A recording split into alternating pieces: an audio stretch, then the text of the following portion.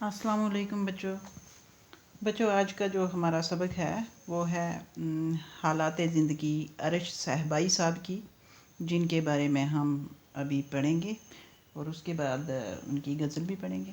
تو چلیے سٹارٹ کرتے ہیں۔ عرش صاحبائی، ولادت 1930 ء۔ آپ کا اصلی نام ہنس راج ابرول اور تخلص عرش صاحبائی ہے۔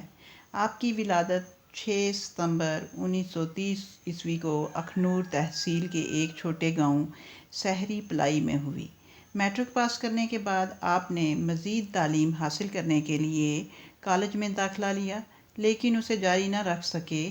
ریڈیو کشمیر جموں میں ملازمت اختیار کر کے وہیں سے سبکدوش بھی ہوئے۔ تو سب سے پہلے تو یہ ہمیں بتا رہے ہیں کہ ان کا جو نام ہے وہ کیا ہے، اصلی نام کیا ہے، ہنس راج ابرول، اور تخلص جو ہے وہ عرش کرتے تھے، یہ عرش صاحبائی تخلص کرتے تھے، اور یہ 6 ستمبر 1930 ء کو پیدا ہوئے۔ اخنور تحصیل جو ہے یعنی کہ جموں کشمیر کا ایک ڈسٹرکٹ ہے، وہاں اخنور تحصیل ہے، اس کے ایک چھوٹے سے گاؤں سہری پلائی گاؤں کا نام ہے، اس میں پیدا ہوئے۔ میٹرک پاس کرنے کے بعد انہوں نے جو اپنی تعلیم ہے وہ پوری کرنے کے لیے کالج میں داخلہ لیا، لیکن اسے جاری نہ رکھ سکے، اور پھر ریڈیو کشمیر جموں جو تھا اس میں ملازمت کی، اور وہیں سے یہ سبکدوش بھی ہوئے، یعنی کہ وہیں سے یہ ریٹائر بھی ہوئے۔ آپ کی شعری زندگی کا آغاز 1947-48 کے آس پاس ہوا۔ کب ہوا؟ 47-48 کے آس پاس ہوا۔ اردو کے مشہور شاعر جوش ملسیانی کے شاگرد تھے۔ یہ کس کے شاگرد تھے؟ جو اردو کے بہت مشہور شاعر تھے، ان کے شاگرد ہوئے ہیں یہ۔ 1963 تک انہی سے مشورہ سخن کرتے رہے، یعنی کہ اپنے جو ان کے استاد تھے جوش ملسیانی، انہی سے یہ مشورہ لیتے رہے اپنی غزلوں پر، اپنی جتنی بھی شاعری انہوں نے کی اس پر مشورہ کرتے رہے۔ آپ نے اگرچہ اردو کی اکثر اصناف سخن میں طبع آزمائی کی ہے، لیکن آپ کے شعری تخلیقات کا زیادہ تر حصہ غزلوں پر مشتمل ہے۔ اس وقت تک آپ کے جو شعری مجموعے شائع ہو کر داد تحسین حاصل کر چکے ہیں، ان میں یہ اہم ہیں۔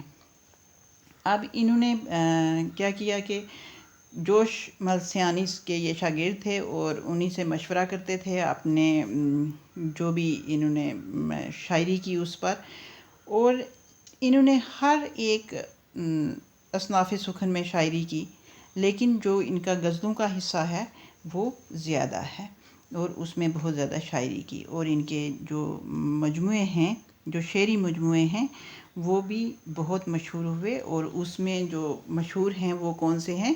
شکست جام، جو کہ 1959 ء میں شائع ہوا۔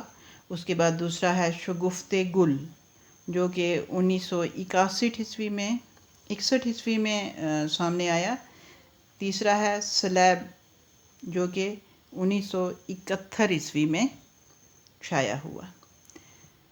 شگفت گل پر آپ کو ریاستی کلچرل اکیڈمی کی طرف سے 1961 میں انعام بھی ملا۔ شگفت گل کو، جو دوسرا ان کا مجموعہ تھا، اس پر ریاستی کلچرل، یعنی کہ جموں کشمیر کی جو کلچرل اکیڈمی ہے، انہوں نے یہ شعری مجموعہ جو تھا شگفت گل، اس پر کیا انعام بھی دیا۔ نثری تصانیف میں انجم کدا، یہ جانے پہچانے لوگوں پر مختلف اردو شعراء کے تذکرے شامل ہیں۔ جو ان کی نثری کتاب تھی، یعنی کہ جو نثر میں لکھی ہوئی تصنیف تھی، اس کا نام تھا انجم کدا، اور اس میں انہوں نے جو بہت جانی پہچانی ہستیاں تھیں اور اردو کے مشہور شعراء جو تھے، ان کا تذکرہ جو ہے وہ اس کتاب میں انہوں نے شامل کیا ہوا ہے۔ ان تینوں تالیفات میں مختلف ہم عصر شعراء کی حیات اور ادبی خدمات کا مختصراً ذکر کیا گیا ہے، اور انہوں نے یہ جو کتابیں لکھی ہیں، ان میں انہوں نے ان کے جو ہم عصر شعراء تھے، جو ان کے ساتھی تھے، ان کی زندگی اور انہوں نے کیا ادبی خدمات کی ہیں، انہوں نے ادب میں کیا اہم رول ادا کیے ہیں، ان کے بارے میں انہوں نے ذکر کیا ہوا ہے۔ ارش نے شاعری تو روایتی انداز سے شروع کی تھی، لیکن آگے چل کے بعض موقعوں پر عصری مسائل کا بھی احاطہ کیا۔ ان کی زبان صاف اور رواں ہے، اکثر چھوٹی بحروں کا انتخاب کرتے ہیں، سادگی ان کے کلام کا خاص جوہر ہے۔